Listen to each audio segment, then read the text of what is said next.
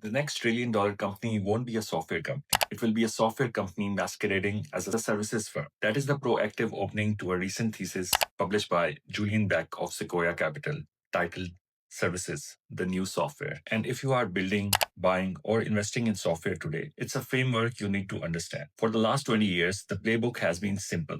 Build a great software tool, charge a monthly subscription, and let the customer use it to their work. But AI is completely flipping that model on its head. We are moving from selling the tool to selling the work. Let me break down Sequoia's thesis. Look at the $16 trillion services market it targets and pull in some real world market movements from Wall Street to private equity to show you why traditional SaaS model might be sitting on a ticking time bomb. To understand this shift, Sequoia asks us to divide all professional work into two buckets: intelligence and judgment. Think of intelligence as forming complex rules, translating a clinical note into a medical billing code, turning a product spec into functional code, or filling out a standardized NDA. The rules are complicated, but they are rules. Judgment, on the other hand, is about experience, taste, and instinct. It's deciding which feature to build next. It's reading a room to see if a candidate is culture fit. It's knowing when to ship a product before it's perfectly ready. A year ago, AI was basically an autocomplete tool, but today AI has crossed the threshold where it can handle pure intelligence work autonomously. It's no longer just helping humans write code. AI agents are initiating and completing tasks entirely on their own. The intelligence layer is being automated, leaving the judgment layer to humans. Because AI is getting so good at intelligence work,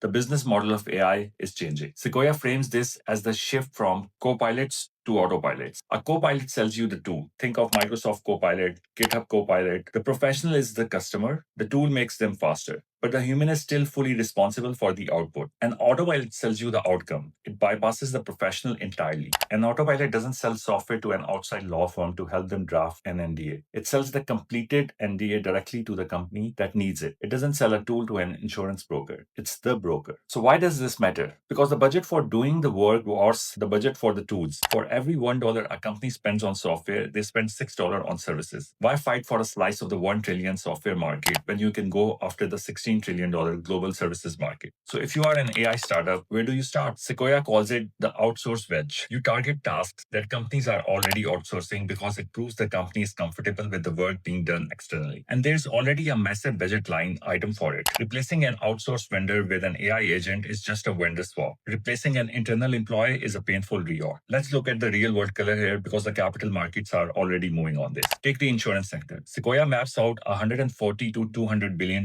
market in insurance brokerage and another $50 to $80 billion in claims adjusting. These are massive pure intelligence workflows right for autopilots. Startups like With Coverage and Pace are already building AI native services to replace these human layers. Or look at Wall Street. Sequoia recently led a massive investment in a startup called Rogo, which builds AI to automate the grueling ATR worksheets of junior investment bankers, building pitch decks and financial models. The AI is not a tool here. It's practically an automated banking analyst. But perhaps the biggest shockwave is happening in private equity. Recent reports show giants like Blackstone exploring deep integrations with AI leaders like Anthropic to deploy AI services directly into their portfolio companies. The goal: to replace existing software subscriptions with AI. Industry analysts are warning that the AI enterprise software replacement cycle could compress to just 18 months. Software asset management firms are sweating because the recurring revenue SaaS moat is being actively drained by outcome-driven AI. So what does this mean for the future? If you are an incumbent SaaS company selling a copilot, you face a brutal innovator's dilemma. To build an autopilot and sell the work directly means cutting out your own customers, the very professionals who buy your tools today. That hesitation is the exact opening pure play AI startups are waiting for. In summary, the era of software as a productivity enhancement is ending. The era of software as a digital workforce has begun. The next trillion-dollar company won't sell you a login. They will just do the work. Thanks for listening.